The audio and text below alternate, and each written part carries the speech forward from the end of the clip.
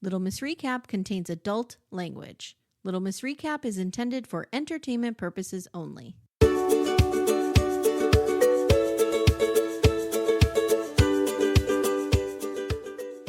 everyone. Welcome to Little Miss Recap. My name's Amy. Hi, I'm Amanda. And Hi, this is Amanda. Leo. Hello. Oh, hi, Leo. Yeah, he's How are here. ya? He's working hard today. So, Amanda, I think it's important to start off with some disclaimers Okay. because this is a real debated and heated case. People are real into this one. I feel Yeah. like this is almost John Bonet level. Almost. Nothing's John Almost. Bonet. Right. But John Bonet also has had 20 years of people talking about it. So I really want to let people know that we are not crime experts. We have zero background in criminology. Correct. We have zero. I lived with a public defender. That's as good as I get. We have zero background in lawyering. Yes. Again, I lived with someone when they went to law school, but that's as good as it gets. Yep. And we are, for the purposes of this episode, we are just talking about the documentary. I know there's a lot of stuff that happens outside of it. I have a few notes about that at the end, but we are not going to get into many aspects of this case that people are talking about outside of the documentary. Yes. Just make that clear. The only thing I was really upset about that they didn't mention in the documentary is the Apple Watch stuff. I have something on that. And we can talk about that because to me, that's important. Yeah. It's important to know that we are just going to be offering our opinions. Yeah, they could be right. They could be wrong. We're just having fun. We're watching a documentary about a man who died. Yeah. I mean, as much fun as we can have talking about somebody who, you know, I was telling Todd about it last night. Cause I'm like, do you know anything about Karen Reed? He's like, I know the name. He's not knows nothing about it. He's not a true crime guy. He doesn't care. So I was giving him the highlights and I was like, you know, the part that broke my heart in the documentary, and we'll get there, but was when she said that night her father was like, don't go out. I know. It's and she blizzard. didn't listen to him. And she's like, God damn it. And how many of those moments in all of our lives were we like, oh, if I just hadn't. Yeah. So, all right. Should we just start? This is going to be done in two parts, guys. Yes. So for this episode, we're going to cover, this is Body in the Snow, the trial of Karen Reed. And it's on HBO Max. It's also on Discovery ID, I believe. Okay. It's an I still ID call thing. it HBO Max. I know. I'm old. It's okay. And it's 5 episodes in total. We're going to try to get through 3, but probably end up getting through 2. I have, let me tell you. Oh God, how many pages? 15 pages of notes. Okay. Here we go. So guys, it'll be as long as it is. We'll see what happens. I just feel like it's a lot. Now, I want to share with you, Amanda, so that we can have it up on our screens while we're doing this. Did you make a good timeline for us? No, I mean, I have that little chart that I stole that shows all the relationships. I feel like we should have that on our desktops. That's super helpful. Okay, I'm opening it as we speak. All right. Here we go. Yes. This is Body in the Snow, A Body in the Snow, the trial of Karen Reed. It is out now, current, 2025. Okay, so episode 1, we meet Karen and we are getting her side of the story. She says she and John had a fight earlier that day. So this all happened January 28th, 2022. Yes. And she and John O'Keefe, Boston police officer, had a fight earlier that day. And she went home to cool off. So he lives in Canton. Right. And she is south of Canton. Yeah. They did not live in the same town. It sounds like their relationship was very volatile. Oh, we're going to get there. Yeah, real volatile. Because a blizzard was coming, she wanted to be with people, and so she decided to go back to Canton that night. Yeah. 6 p.m., she says she spoke with her dad and complained about what happened earlier. Now, she does say, I hated complaining to my parents about John because they really liked him. Okay. And he advised her to stay home, and she didn't listen. And she says, imagine where we would be today if I listened. Listen to your parents, kids. God damn it. Or not. It depends. We know with 100% certainty now she should have listened to her father. But, you know, could have gone a different way. You never know. All right. So the documentary opens with her timeline of what happened that night. So I'm going to run through that. And then I want to talk to you about her likability. Okay. So let's go through. So I promised the BDS we would have a conversation about her likability. Let's go through the timeline. So 8:51, she says she meets up with John and friends at CF McCarthy's. At 10:54, they go next door to the Waterfall Bar and Grill, And Jen and Matt McCabe were there. Brian and Nicole Albert were there. And Brian Higgins was there. It was getting late. And John says, he says to Karen, Jen invited us to the Alberts. Okay. So invited us to her sister's home. Yeah. Karen had only met the Alberts for the first time last weekend. Now, she knew Jen McCabe because her husband, I think, trained or was the coach for John O'Keefe's niece and nephew's basketball. Right. To whom Karen was very close. John was raising his niece and nephew. Yes. Yeah. So she says, because I didn't know them really well, I was like a little apprehensive, but I said, okay. And she says, quote, because everyone does better when John can blow off some steam, because John is real full of steam. Ooh. Now, John O'Keefe, I know I mentioned this, Boston police officer, but so is Brian Albert, the house we're going to. So is Brian Higgins. Yes. Yes. Isn't he ATF? Maybe. He's but ATF. He's law enforcement. Yeah. They're all law enforcement. Yep. So they leave at 12:10. Now I need to talk about this. Give me the floor, please, for my little country town. Oh, okay. I live in a town like this where people drive from bars drunk all the time. I do not. I am always the designated driver when Timmy and I go somewhere. Right. But I would be lying if I didn't say when we first moved up here, 10, 15 years ago, we would do this. We only lived a mile from the bar. We would and you're like, how much trouble can I get in? Yep. Yes. What changed a lot changed for me. I've come to know a lot of people over the years who've lost people in drunk driving accidents, but also having kids changes everything for you. So did I do it when I was younger? Yes. And I'm ashamed of that, and it's stupid. Yeah. I didn't do it when I was in my 40s like these people are doing. Yeah. These people are messy. They're taking the drinks from the bar. Yeah, in the glass. They've got their roadies with them. Okay, I've done a roadie situation in my past. You kind of try to conceal it a little bit. You don't drive around with the glass, the cocktail glass. Haven't you all heard of a McDonald's cup? I mean, we just covered There's Something Wrong with Aunt Diane. Yes. In the McDonald's cup. Yes. What's wrong with you people? So so this is the part that really bothers me, is that they're all driving around so drunk. Yeah, they're all real drunk. And I just keep thinking, like, my kids could be on that road. I could be on that road.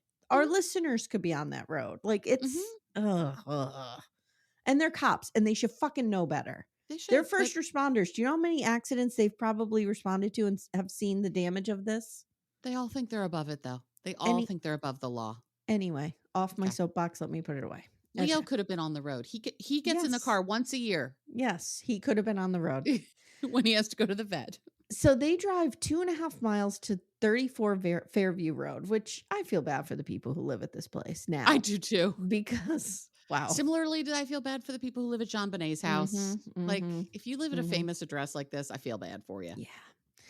So they get there, and according to Karen, when they get there, the house is dark, and she doesn't see any familiar vehicles. So she asks John, and this is all Karen's account. She says she asked John to go in and check and make sure that they're welcome. Yep. I would do the same thing, I think. Yep. He gets out of the car to run in and takes with him her full vodka soda, which was in the cup holder. He goes through the breezeway, not the front door. He goes through the breezeway, and she says, I waited a minute and he doesn't come back. And it only took 2 or 3 minutes for me to get irritated. When she says she was irritated. I don't think you want to piss this woman off. She went from 0 to 200 in 5 seconds. She started calling him, and the voicemails are like, you're a fucking loser. Go fuck yourself. You're a fucking pervert. It's wild. It is. The way these two talk to each other, to me, is bonkers. And the way that she lights up.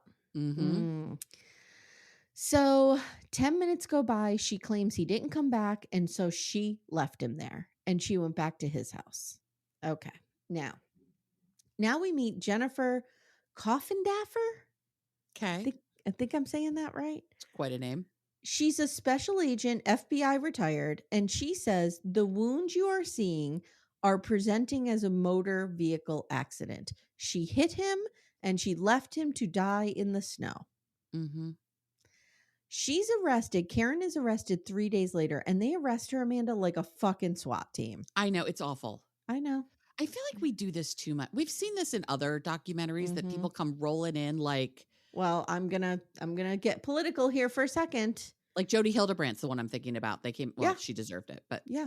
I'm going to get political and say this is what we get when our country is flooded with guns. The police have no idea what they're going into. Yeah, they could be arresting somebody who has 15 AR-15s in their house. Yeah. They don't know. They don't know. So it's kind of a catch-22 here. So they charge her with vehicular manslaughter. Okay. She gets her lawyers. Now, what did you think of her lawyers? I liked him. You were hot for David Yannetti, weren't you? Yeah, a little bit. Yeah, I knew you were. I knew you would be. A little bit. Saw it. Yeah. Alan Jackson, not so much. Not so much. But yeah, no. Yeah. Alan Jackson is hitting. You need to bring up a photo of him again. Alan Jackson's hitting the whey protein. Yeah, probably. Probably. That's fine. Alan Jackson eats a lot of hard-boiled eggs. Gross.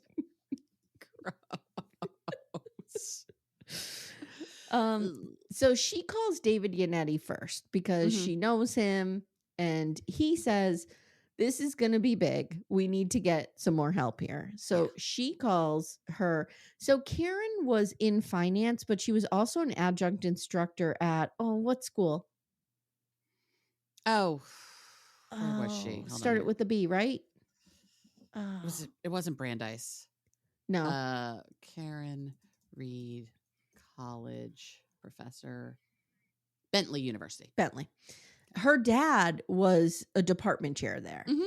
And so they know their way around academia. So she rings up Harvard and is like, I need a lawyer. Who can I get? And they tell her, go for the people who got Kevin Spacey off. Okay. So Alan and Liza come in. Liza Little and Alan Jackson, they come in. Yeah. And they're big LA lawyers who got Kevin Spacey out of trouble, if you will. Sort of. And Alan says he took one look at the photos of John O'Keefe's body, and he was like, there is no way this man was hit by a car. Okay, now the day after, this is January 29th, right? 2022. Karen says she was confused, she was hungover, and she never heard from John again. So there was part of her that was like, did I run him over? Now, Amanda, would that be your first thought? No.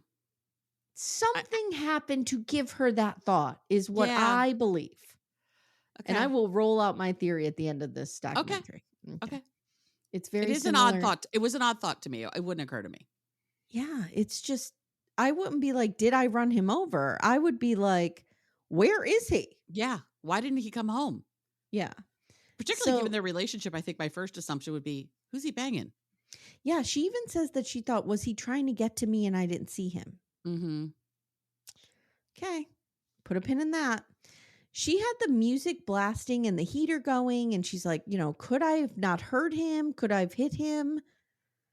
She even says that she said to David, what if I did hit him? What if I bumped him and he died indirectly, but as a result of me dying? And David said, well, yeah, then you have culpability in that. Like you're guilty. Yeah. Not of second-degree murder, but of vehicular manslaughter. You know what? Now might be a good time to pause and just have a quick conversation about what your thought was coming into this. Okay. Like, what was your theory on her guilt or innocence, or what happened before you watched the documentary, if you can remember? I was on the, I don't know what happened. I thought it was more likely than not that she was not responsible for his death. I really think something happened in that house. Okay. I don't trust Brian Higgins and Brian Albert at all. And that was before watching the documentary? That was before watching this. Okay. I don't trust them at all. Okay. I knew enough about the Apple Watch stuff to go, he was in that house. The fact that they got rid of the dog right away, the fact that they ripped up all of the flooring, right? Like all of this stuff feels real hinky to me. Yeah. Regardless, I agree. I think given the level of corruption in Canton and therefore the impact of the investigation, she could not be convicted.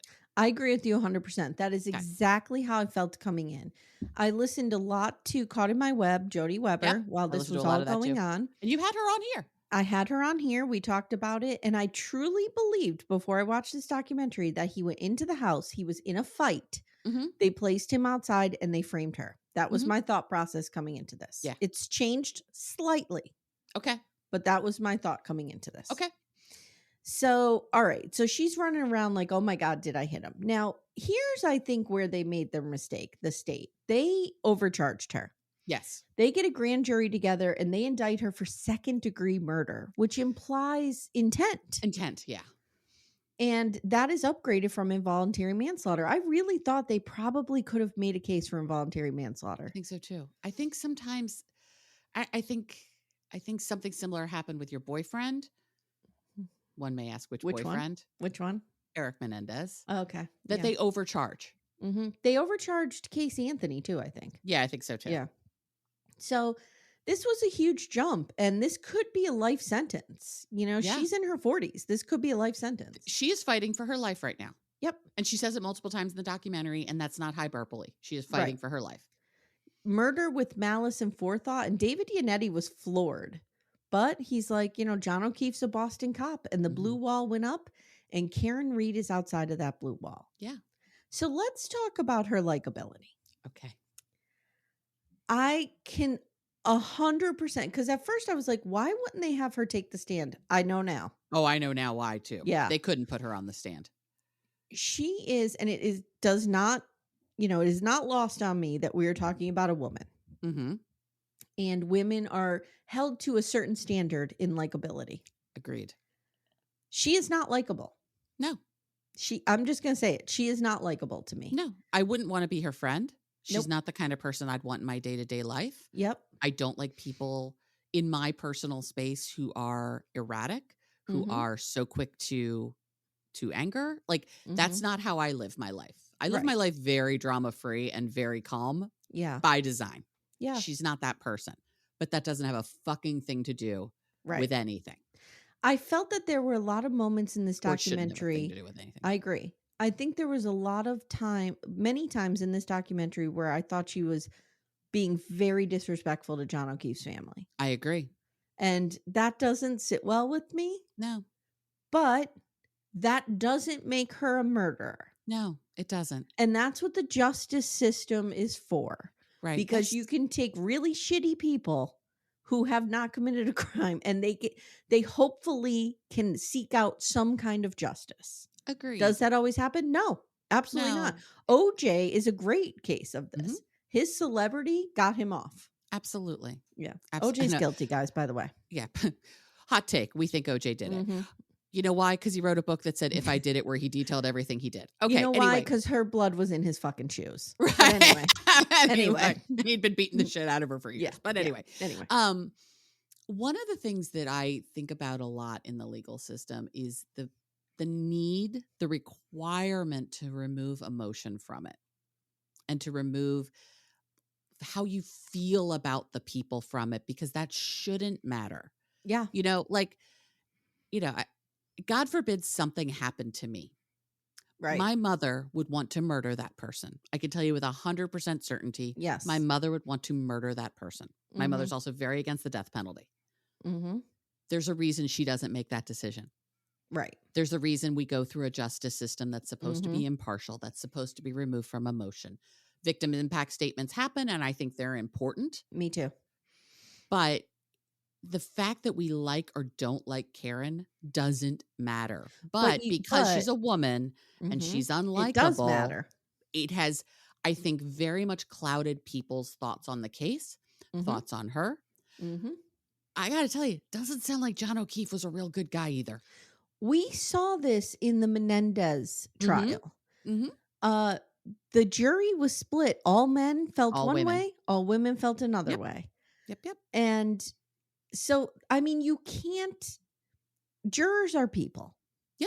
You can't find a jury that's going to not have an opinion about Karen Reed. You just have to hope that at the end of the day, that they understand. And part of this, I think the whole jury system needs to be completely redone, because people should be paid a livable wage for jury duty. You don't think the $13 a day you make does it? No. No, I agree. No. I'm one of those people, A, who looks forward to when I get called to jury duty, and B, find it to be one of the most important things we can do as citizens. It's so important. The only other thing that's more important we do as citizens is voting. That's it. Yeah, I think that whatever your job is, you should be paid that day rate if you have to take time off from your job to be a juror. Right. And I've lucky the times I've had to be a juror or I've been called I've only been actually impaneled once, but I luckily have worked in jobs that I got paid for. Good. For doing it that day. But if you don't, you should be paid. Absolutely. Little Miss Recap will be right back after this break. For ad-free episodes, visit littlemissrecap.com/support. Amanda. Amy. For our sponsor, Lumi Gummies today, I have an idea. I think we should do a rapid fire bonus round. Which 90-day celebrity stars need a Lumi Gummy or have taken a Lumi Gummy maybe? Okay. Madeline. Oh, I have her on my list too. Manon. Manon could really use indica. Yeah, to calm her the fuck down.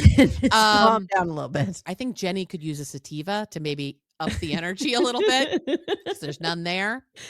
Funny you mentioned Jenny. I have Sumit's aunt can use one to definitely chill out a little bit. She definitely could use one. This is a wild card. Florian could use one.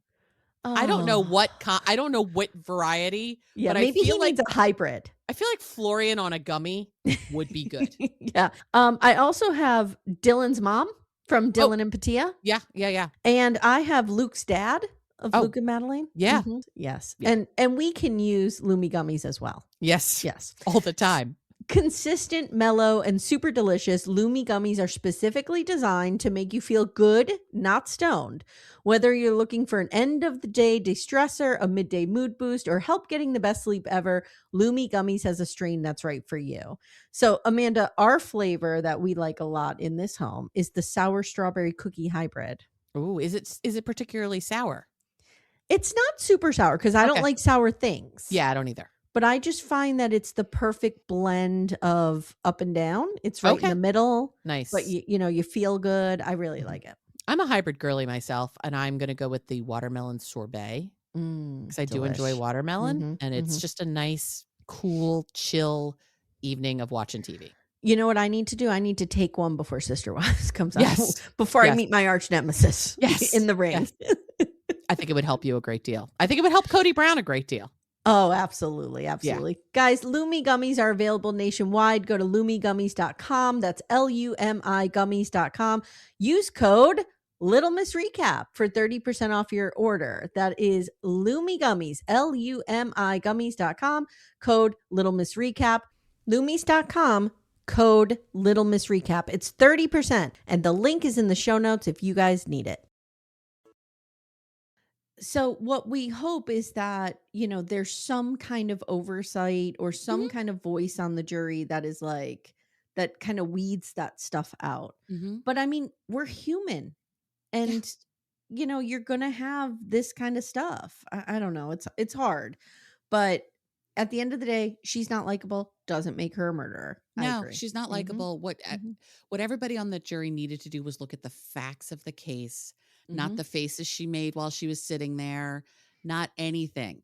What happened that night, period. And she was very concerned with how she looked in the courtroom. Oh, yeah. Yeah, she was. Yeah.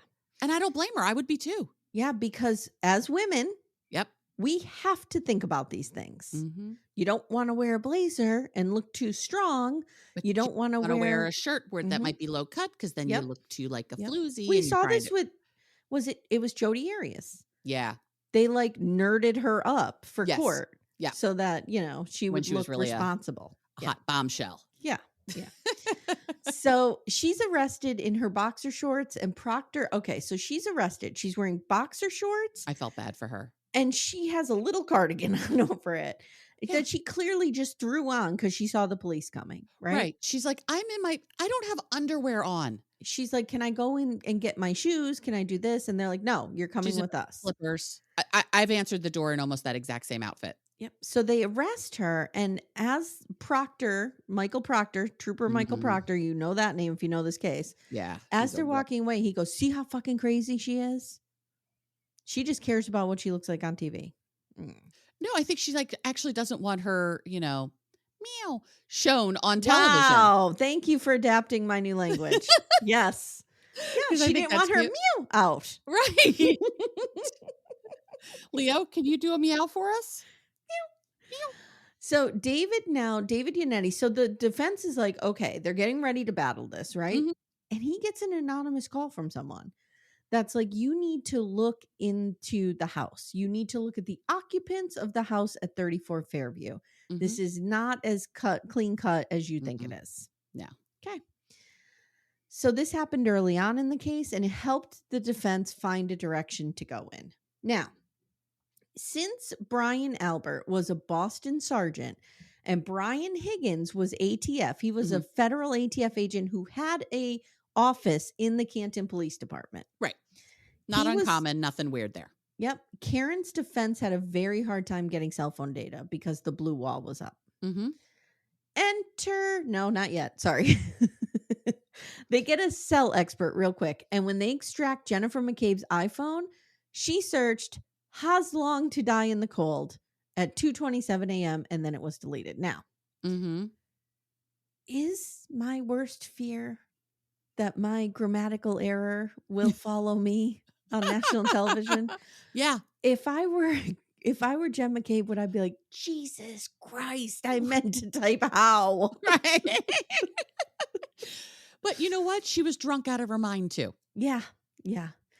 So now enter Turtle Boy. I'm going to say, I've gotten some texts from you before when you've been served. Your grammar's not perfect. No. Same. You've gotten the same No. ones from me. No. It's fine. Yes. So Turtle Boy comes on the scene. Okay. His name is Aiden Carney. He has a The number of times that throughout this very serious documentary, we had to use the word Turtle Boy. Mhm. Amanda, he is a former history teacher turned investigative reporter / blogger. Okay. I'm here for Turtle Boy. He starts following the case and he lives in that area. Mhm. Karen reaches out to him and she's feeding him information and he gets real crazy about this. Mhm. And a defense attorney so people are like, it is revealed and it comes out that the defense team is leaking evidence to him. Yep. And they say like a defense attorney using the media is not a big deal. No, Like it this happens all the has time. happened since the beginning of time. Yeah. People start supporting Karen and they start doing what they call standouts, where they stand outside and hold signs. And this is the beginning of the Free Karen Reed movement. The Free Karen Reed movement, you and I are going to have opinions about this case. Mm-hmm. The mob mentality of these I don't people like it. is really weird to me. I don't like it. I don't like it. I can't imagine getting that all like standing outside a courthouse day after day after day after day because a stranger to me. It's just so bizarre to me. Let me say this. I got to go watch my stories. I'm very busy. I know we're solving crimes, other crimes. I standing outside of a courtroom seems fine to me. Right? Like you believe in somebody's guilt, you believe somebody, fine. You stand out there, you hold your sign. If you could get yourself to LA yesterday, you would have been out there with a free Eric Menendez sign. 100%. What's the status there? Do we have an update? I don't have an update. Okay. I was getting a massage this morning. I don't know what's happening. So they for me, where it crosses the line is when they start harassing family members. Yep. They start, like, I will never forget. You guys know that I hate Scott Peterson. You know that I think he murdered Lacey Peterson 110%. Hot take. Yes. I will never forget his poor parents leaving the courthouse and the people outside screaming at them. I know. That their son should be dead.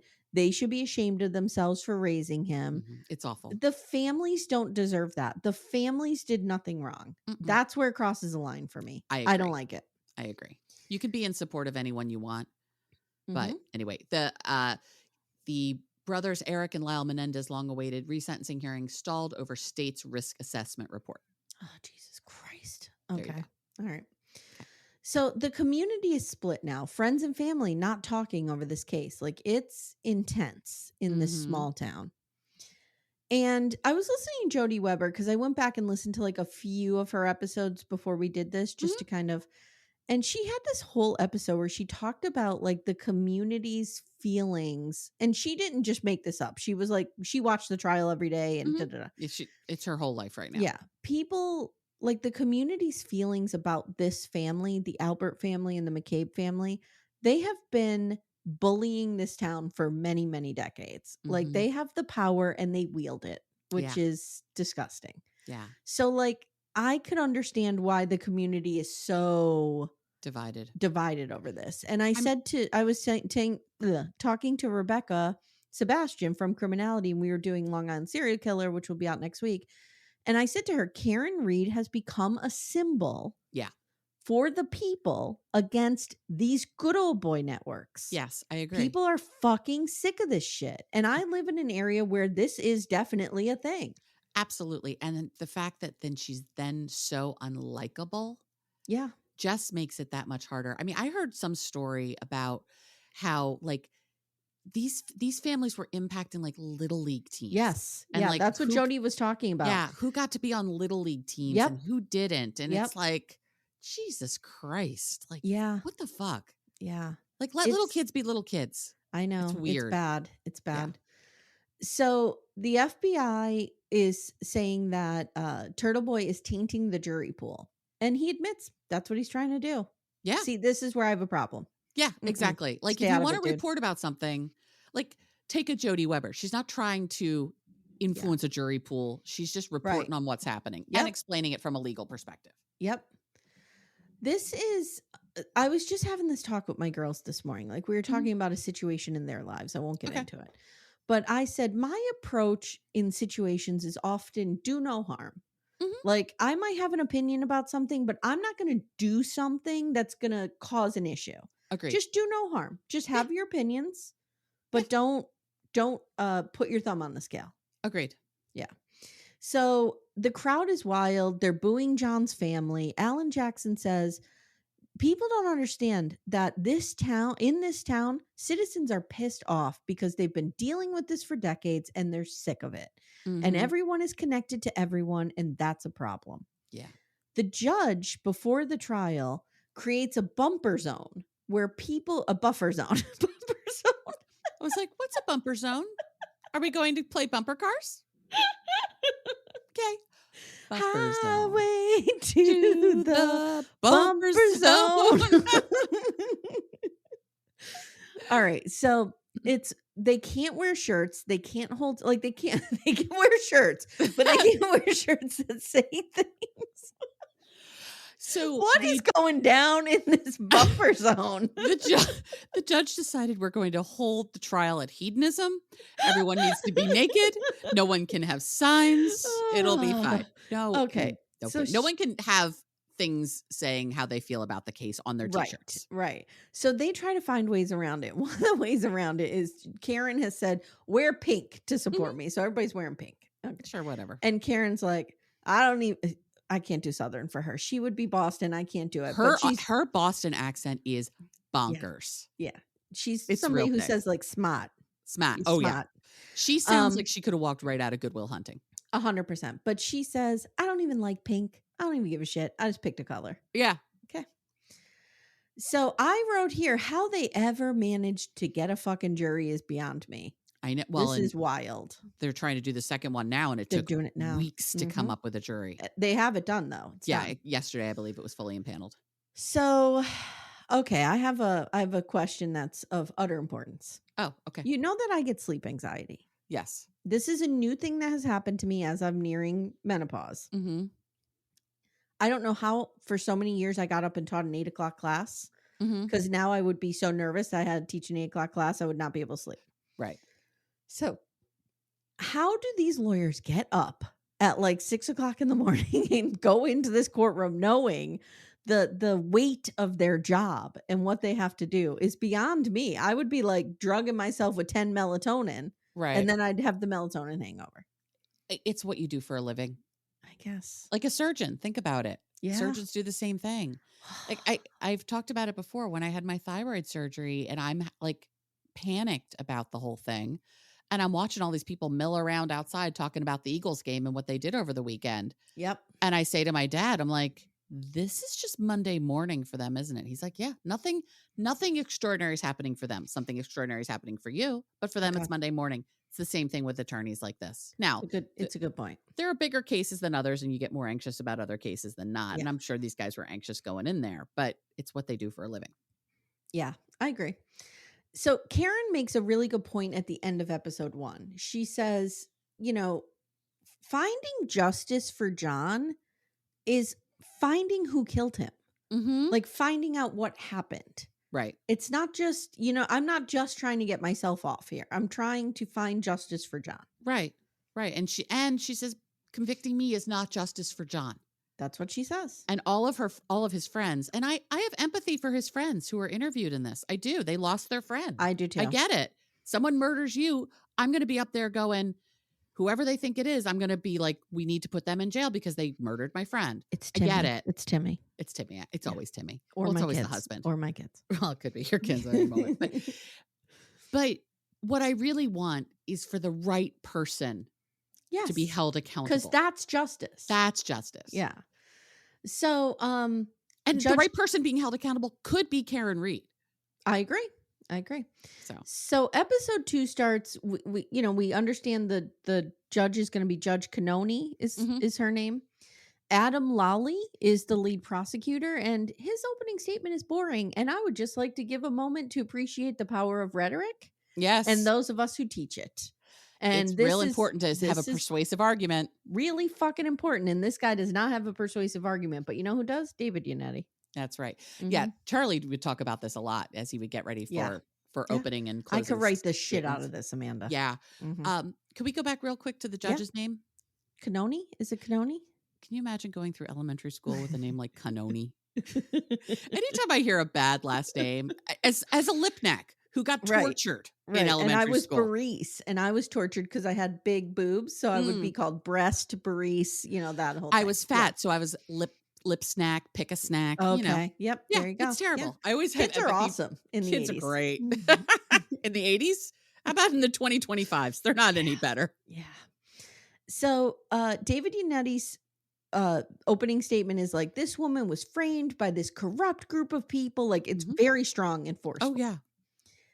Poor John O'Keefe's parents are just kind of behind them. The courtroom's real tight. Everybody's like small. Really packed in there. And the mom just looks so sad. And I just felt so bad for her because I have so much empathy for his family. I do too. Regardless of anything, their son was murdered or their son died. Died. Of course they're devastated. Like I can always have empathy for a parent who's lost a child. I agree. So let's remember, everybody, that Karen Reed took us through her version of the events up to where John walks in the door. So now we get Jennifer McCabe on the stand, and this story's going to pick up after supposedly Karen leaves or whatever. She's not particularly likable either. No, she's not. She says what happened is she went over to the window at the house and she saw Karen Reed's SUV. She did a lookout. She texted John O'Keefe, "Here, ? Pull behind me." It's 12:31 a.m. Okay. 12:40. She texts him, "Hello? ?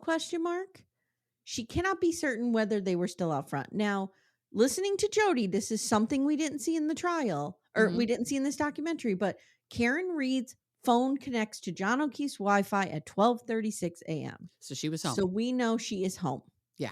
And Jody even said, like, thank God they had that because it proved that she was home. So she just thought, Jen McCabe thinks, maybe they just decided not to come in.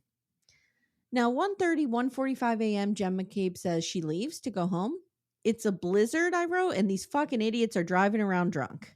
Yeah. I got to say. Just stay at the Alberts. If it's a blizzard and I'm at my sister's house, like imagine Jenny's at your house. It's a blizzard. She's supposed to go stay at your parents' house. Imagine Jenny's normal. Sure. And does. Okay. Imagine Jenny's a sane person. Sure. She's at your house. She's supposed to go home. It's a blizzard. She'd stay at your house. She stays at my house anyway. She never goes to my parents. I know that. But you know what I mean? Like, if I live 20 minutes from you, and I would stay at your house. Yes. Yes. Stay at anyone's house. I've stayed at people's houses when it started to snow. I would stay at your house and I would kidnap Leo and cuddle with him. He would enjoy that. Yes. So meanwhile, Karen gets home around 12:36 and she's calling him and she's screaming at him. I fucking hate you. I'm here with your kids. No one knows where you are. You fucking pervert. The way they talk to each other is so gross It's to real me. bad. She says she became convinced that he was sleeping with someone. Yes. And she says, and there were multiple women in that neighborhood that John had banged. She says, it's 1 a.m. and I'm with your niece and nephew and you're a fucking pervert. She keeps doing the pervert thing. Yeah. That comes back from a trip they took to Aruba. Yeah, which we'll get there. Yeah. All right. So, yes, as Amanda said, John O'Keefe, I felt really bad for these kids because his sister died. Yeah. And his brother-in-law died very shortly after. So these kids were orphaned. So he took the niece and nephew and now he's dead. Yeah. I feel awful for these kids. These poor kids. And they were close to Karen too, because Karen says she was doing a lot of the raising because John wasn't around. Well, that's what Karen says. That's what Karen says. But still, now it's just, these kids have had so much trauma in their life. I have a ton of empathy for them. I do too. Little Miss Recap will be right back after this break. For ad-free episodes, visit littlemissrecap.com/support. So there were 53 or 55 calls from Karen Reed to John O'Keefe between 12:30 and 6 a.m. Wow. I can't imagine personally behaving in that way. No.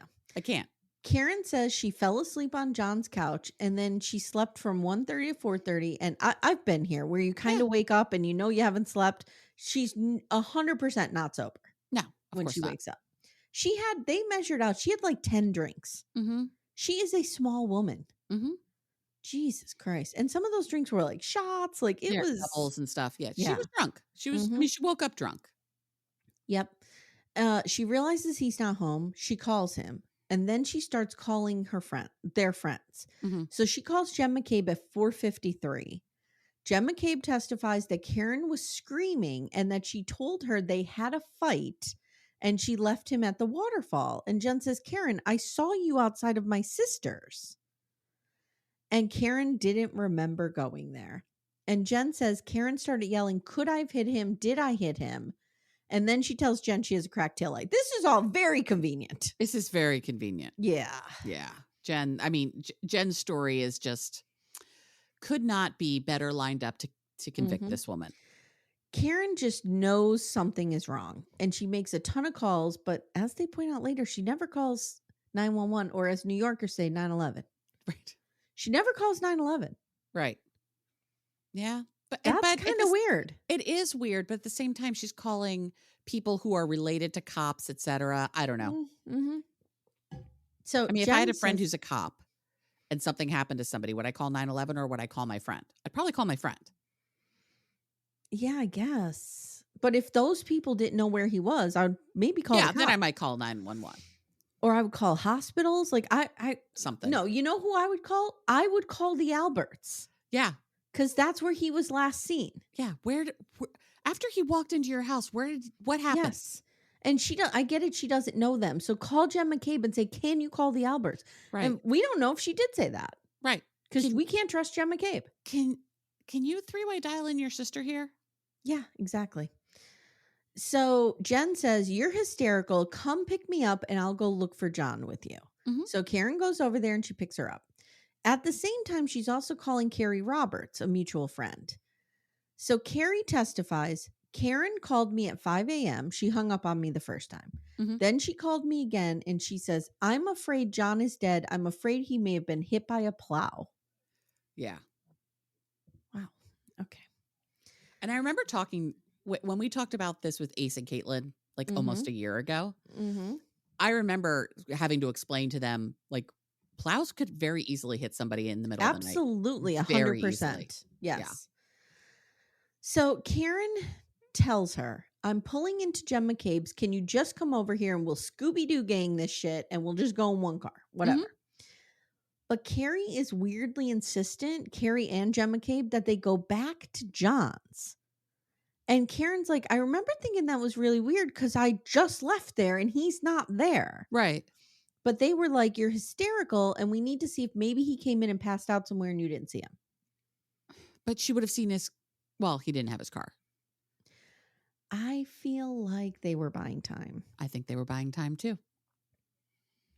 So, because why wouldn't you immediately go to the Alberts? Yeah. And The assume that last he place slept anybody there? saw And him. assume that he slept there? Yeah. Yeah. That would be if I were Karen and I woke up, like, let's say you and I live close to each other. I can stop you right there. This happened to me. Yeah. I'm sure When Timmy's been somewhere. we first started dating, a couple times Timmy would go out and he would get real drunk, and whoever he was with, like he was at our friend Jean's house, Mhm. and Jean was like, "Give me your keys, you're staying here." And Yeah. Timmy would stay there, and that was fine. Like I may have gone to sleep. Right. So the And you next wake up in morning the I get morning. up and I call him and he's like, "Hey, I'm here." Da da da. Yeah, Right. it's happened. Yeah. I wouldn't be like, "Oh my God, is he dead?" Right. I'd be You like, know oh, what I he mean? probably passed out on my friend's Yes. couch. Yes. That's what I would Yeah. assume if I were Karen. He passed Yeah. out in the Albert house. Yeah, but nobody acts that way. And no one gets to go in the house. Yeah, nobody acts like he could be in that house. Right. Which is very interesting to me. Me too. So I wrote John Ockman would say he's in that house. John Ockman would say that. Yeah. So I wrote, why wouldn't they go to the Alberts first? Oh, because how long does it take to die in cold? Mm-hmm. Mm-hmm, mm-hmm. So they go in John's house and Karen's like, yeah, he's not here. I could have told you that. Right. Let's go to 34 Fairview. Jen testifies that Karen is hysterical and that they pull up. And as soon as they approach the property, she sees him and she jumps out. It's almost like she knew where to look, according to Jen McCabe. Mm-hmm. Jen and Carrie both testified they couldn't see him, but somehow Karen did. Okay. And it was dark and it was snowing. Yeah. I don't believe a word out of Jen's mouth about almost anything. I don't either. So this is the first question. How did Karen know where he was? Like this is kind of the main question that people are trying to wrestle with here. Karen claims that she did mouth to mouth. And she says when she was doing mouth to mouth, she heard gurgling. Ugh, gross. And thought maybe he was drunk and asphyxiated. Threw up and on his own swallowed his vomit. Right. Yeah. So she's yelling, roll him over, which is the right thing to do. Carrie says, no, don't move him in case his neck is broken, which is also the right thing to do. Yeah. Yeah. So they're just screaming at each other. Right. Now Karen calls 911 because she's a tri-state area person. Okay. And Massachusetts is not tri-state area, right? Tri-state is New York, New Jersey, PA. Well, it depends on where you are. Kim and Kyle got in a whole lot of trouble for never knowing what a tri-state area is.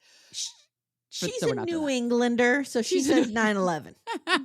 She was there that day. All right. Sure. So I don't mean she was at 9/11. I mean she was like in Massachusetts that day. Right. So, guys, if you don't know what I'm talking about, when we covered the something's wrong with Anti-Ann or whatever, the New Yorker, the first responder that they interview goes, yeah, so I called 9/11, you know? I called 9/11. I was like, only a New Yorker would say that. Right. Okay. So she says there's a guy unresponsive in the snow. Oh, I have Karen calls 911. It's Jen McCabe. Okay. Right? Doesn't Jen call 911? I think so. Wait, I need to fact check myself in the moment. That's fine. Because I think that matters. Who called 911 with John O'Keefe? See, this is where I'm having a challenge right now, Amy. Okay. I'm having a hot flash, but Leo's very comfortable. Okay. And what do I do?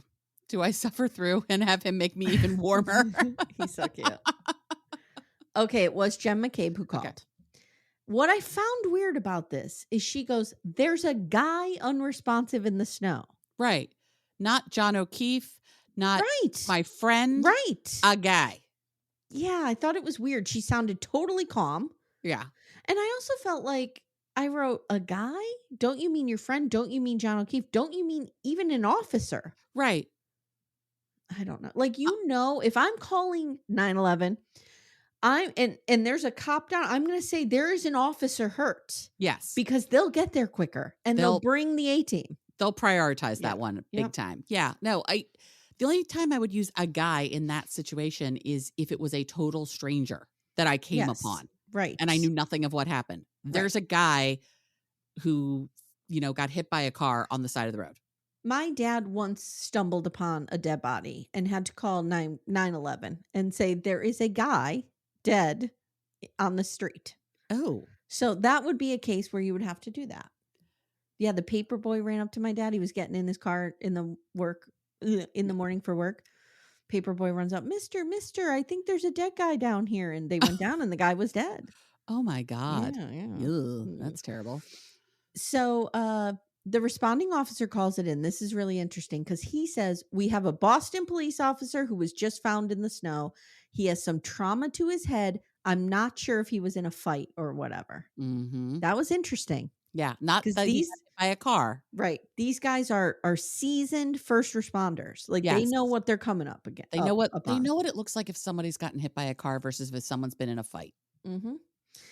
So they pick him up. They pick John O'Keefe up off the ground, and under him is grass, which means he was placed there before it started snowing.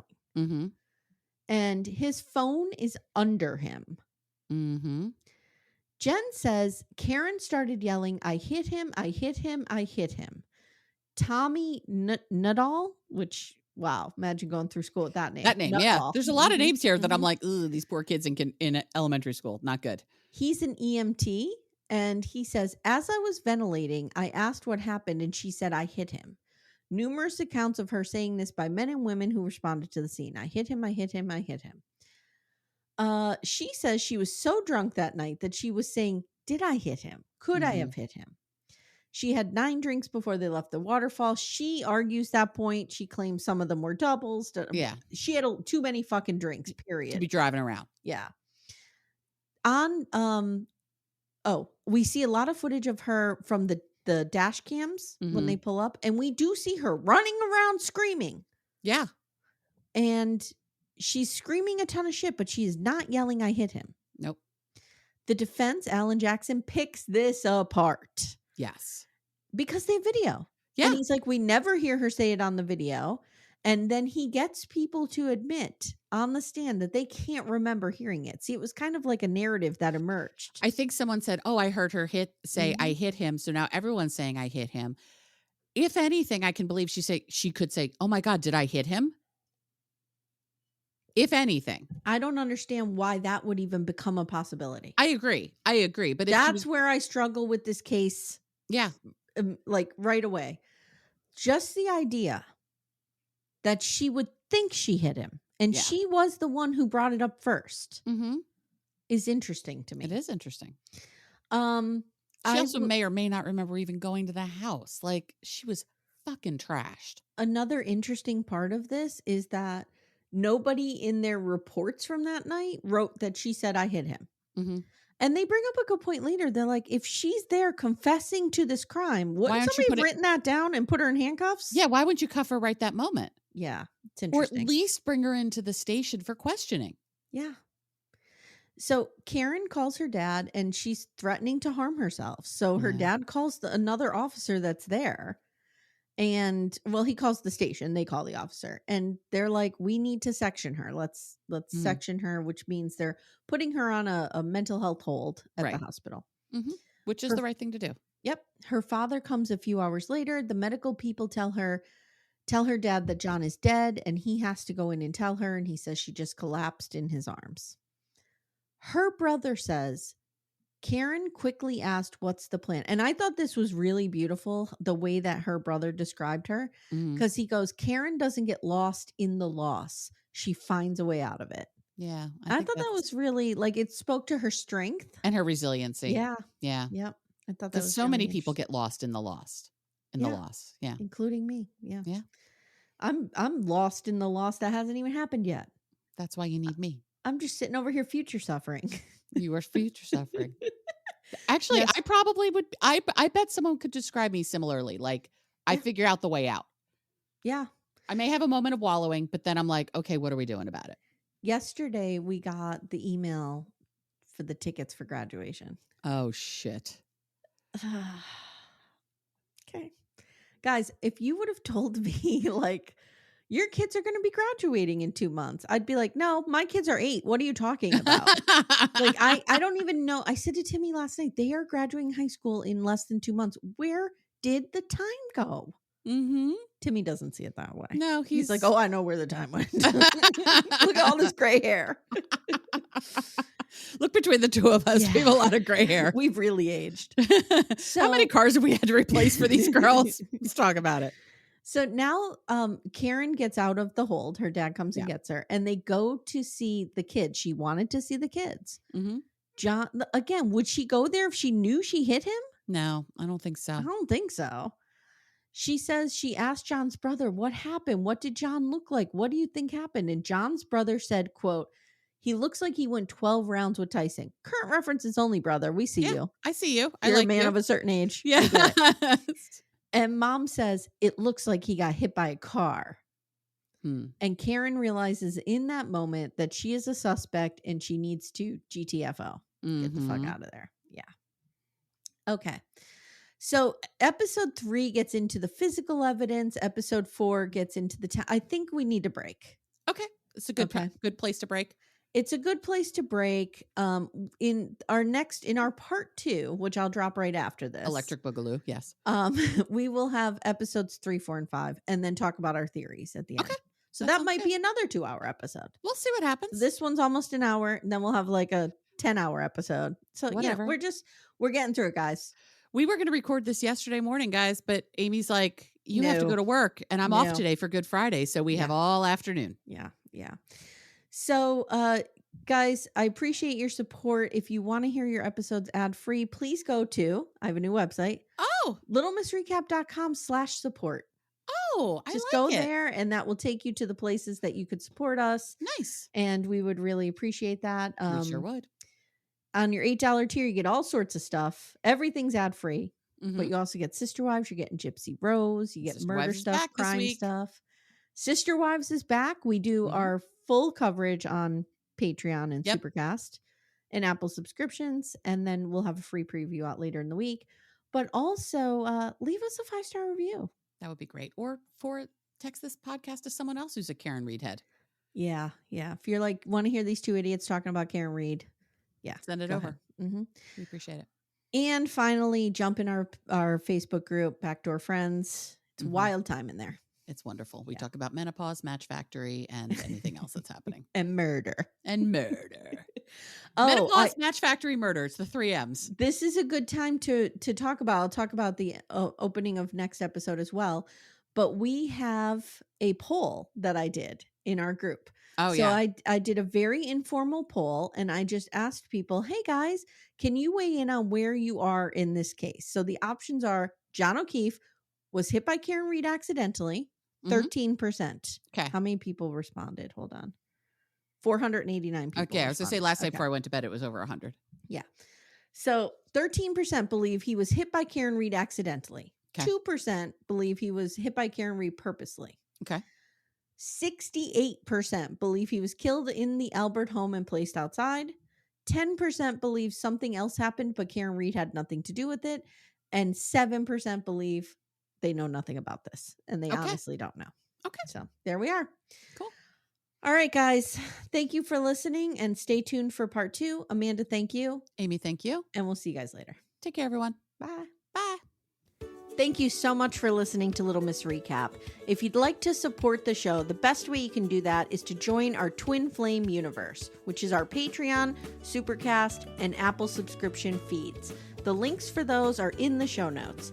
You get ad-free episodes and a ton of bonus content. You can also subscribe to the feed so you don't miss an episode, share the show with a friend, and leave a 5-star review. To contact the show, please email me directly at amy@littlemissrecap.com or join our Facebook group, Backdoor Friends. Thank you so much for listening, and we'll see you next time.